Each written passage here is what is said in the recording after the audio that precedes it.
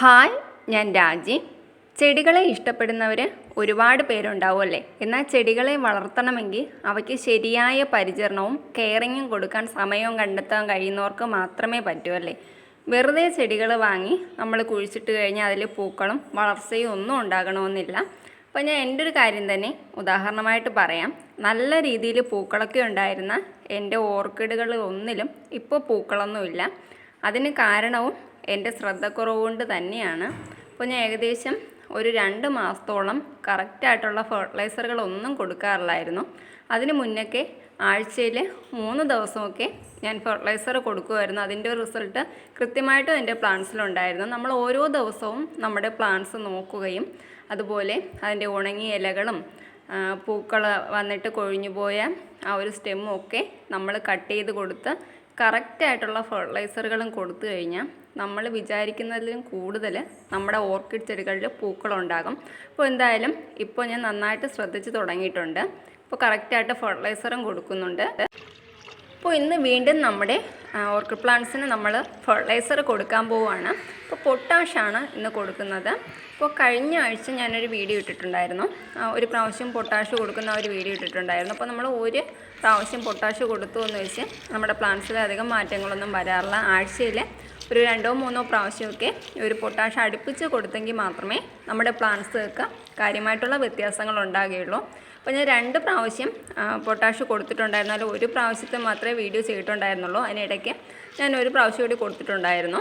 ഇത് ഇപ്പോൾ 3ാമത്തെ പ്രാവശ്യമാണ് നമ്മുടെ ചെടികൾക്ക് പൊട്ടാഷ് കൊടുക്കുന്നത്. അപ്പോൾ ഒരു പൊട്ടാഷ് കൊടുക്കുന്നത് കൊണ്ട് ഏത് പൂക്കാത്ത ഓർക്കിഡ് ചെടികളും വളരെ പെട്ടെന്ന് തന്നെ പൂക്കളുണ്ടാകാൻ സഹായിക്കുന്ന ഒരു ഫെർട്ടിലൈസറാണ്. അപ്പോൾ കഴിവതും നമ്മൾ രാവിലെ തന്നെ പൊട്ടാഷ് കൊടുക്കുക. അതും പൊട്ടാഷ് കൊടുക്കുമ്പോൾ ശ്രദ്ധിക്കേണ്ട കാര്യം വളരെ ഡൈല്യൂട്ട് ചെയ്ത് മാത്രം കൊടുക്കുക.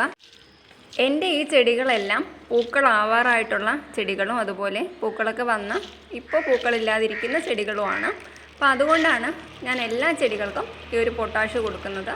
അപ്പോൾ നിങ്ങൾ പൊട്ടാഷ് കൊടുക്കുമ്പോൾ ശ്രദ്ധിക്കുക, സീഡ്ലിങ്സുകൾക്ക് ഒരിക്കലും ഈ ഒരു ഫെർട്ടിലൈസർ കൊടുക്കരുത്. ഫ്ലവർ ആവാറായ പ്ലാന്റ്സിന് മാത്രമേ ഈ ഒരു ഫെർട്ടിലൈസർ കൊടുക്കാവൂ. സീഡ്ലിങ്സിന് എപ്പോഴും നമ്മൾ ഗ്രോത്തിൻ്റെ ഫെർട്ടിലൈസറുകൾ മാത്രമേ കൊടുക്കാവൂ. അപ്പോൾ ആ ഒരു ഫ്ലവറിങ്ങിൻ്റെ സ്റ്റേജ് എത്തിക്കഴിഞ്ഞതിന് മാത്രമേ നമ്മൾ ഇതുപോലുള്ള ഫ്ലവറിങ്ങിൻ്റെ ഫെർട്ടിലൈസർ കൊടുക്കാവൂ.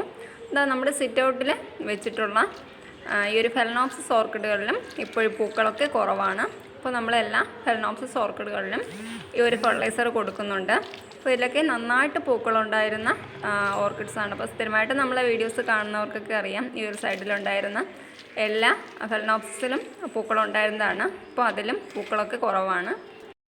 വീടിൻ്റെ ഫ്രണ്ടിൽ നമ്മൾ സെറ്റ് ചെയ്തിട്ടുള്ള മൊക്കാറ പ്ലാന്റ്സുകളും അത്യാവശ്യം ഫ്ലവറിങ് സ്റ്റേജൊക്കെ കഴിഞ്ഞ പ്ലാന്റുകളാണ്. എന്നാൽ അതിലെന്താ നല്ല ഹൈറ്റ് വെച്ച് പോയിട്ടുണ്ട്. പക്ഷേ അതിലൊന്നും നമുക്കിപ്പോൾ ഫ്ലവർ ഇല്ല.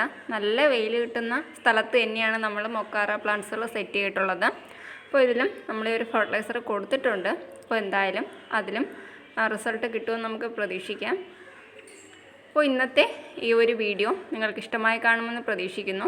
അപ്പോൾ ഓർക്കിഡ് പ്ലാന്റ്സുകളൊക്കെ ഉള്ളവർ കറക്റ്റായിട്ടുള്ള ഫെർട്ടിലൈസറുകളും കെയറും ഒക്കെ കൊടുത്തു കഴിഞ്ഞാൽ നല്ല രീതിയിൽ പൂക്കളുണ്ടാകുകയും ചെയ്യും. പുതിയൊരു വീഡിയോയിലൂടെ കാണാം. Bye bye.